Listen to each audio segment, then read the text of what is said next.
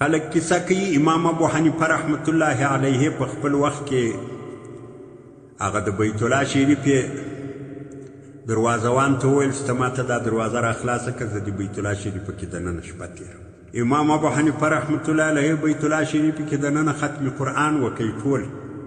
او دا د تراوح په شان کې وکوي. تراوح یو داسې کیفیت ده په نفلو کې روا ده چې یار سړی پر یوه پښه زور وکړي دا بله پښه یې مازې پر مځکه تکیه کړي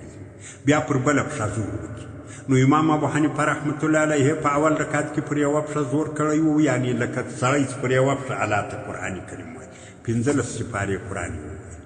په دا بل کې بیا پر دا بله پښه زور وکوي 15 سپارې قرآن ووایي. سهار چې دا ختم پره کوي سهار یې وویل چې یا الله څونه چې ستا د عبادت حق د هغه ما ادا نه کړي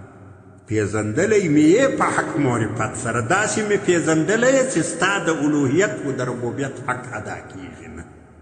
لیکن حق مې ادا نه کړي. نو داسې چې د امام ابو حنیفه رحمت الله علیه په دغه لمونځ امام ابو حنیفه رحمت الله علیه